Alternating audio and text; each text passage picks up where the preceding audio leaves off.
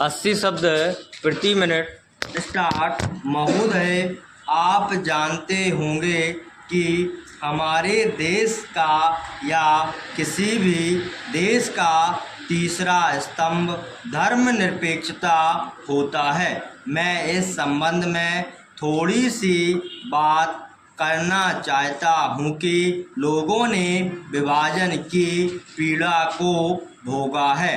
उनके लिए विभाजन होना इतिहास का मात्र अध्याय ही नहीं था, उन्होंने विभाजन होते हुए देखा है। मानव इतिहास में यह सबसे बड़ा देशांतरण था।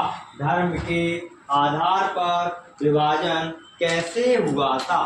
संभवतः ऐसा कहना समसामयिक हो सकता है, लेकिन यह सत्य था और मुस्लिम लीग द्वारा चलाए गए आंदोलन ने धर्म के आधार पर विभाजन की मांग की थी। यह एक ऐतिहासिक तथ्य है कि अंततः मुस्लिम बहुल क्षेत्रों को इसमें शामिल नहीं अथवा विभाजन कर दिया जाए, परंतु इसका श्रेय संविधान निर्माताओं, स्वतंत्रता आंदोलनों की संरचना और उस समय के नेताओं के चरित्र बल को जाता है कि इस सब के बावजूद वे प्रतिक्रियात्मक संविधान बनाने की इच्छा के सामने झुके नहीं और उन्हें झुकाया भी नहीं जा सकता था।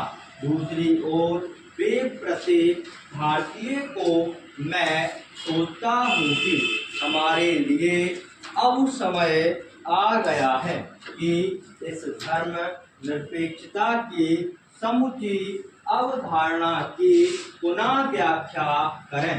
दुर्भाग्य से हमारे कुछ बुद्धिजीवियों ने इसे धर्म विरोधी रंग दे दिया था और इस शब्द को एकदम भिन्न संदर्भ में देखा गया है। यूरोप में चर्च और राज्य के बीच संघर्ष के परिणाम स्वरूप धर्मनिरपेक्षता की उत्पत्ति हो गई थी।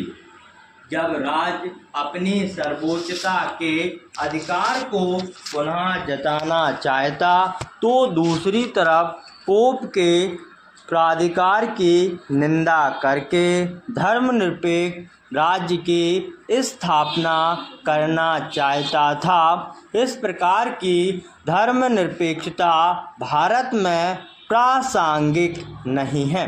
इस देश के लोग चाहे वे हिंदू हैं, मुसलमान हैं, जैन हैं, बौद्ध हैं, यहूदी हैं अथवा फारसी, सब लोग अपने अपने धर्म में गहरी आस्था रखते हैं। मेरे मुताबिक धर्म प्रधान देश की यही विशेषता होती है।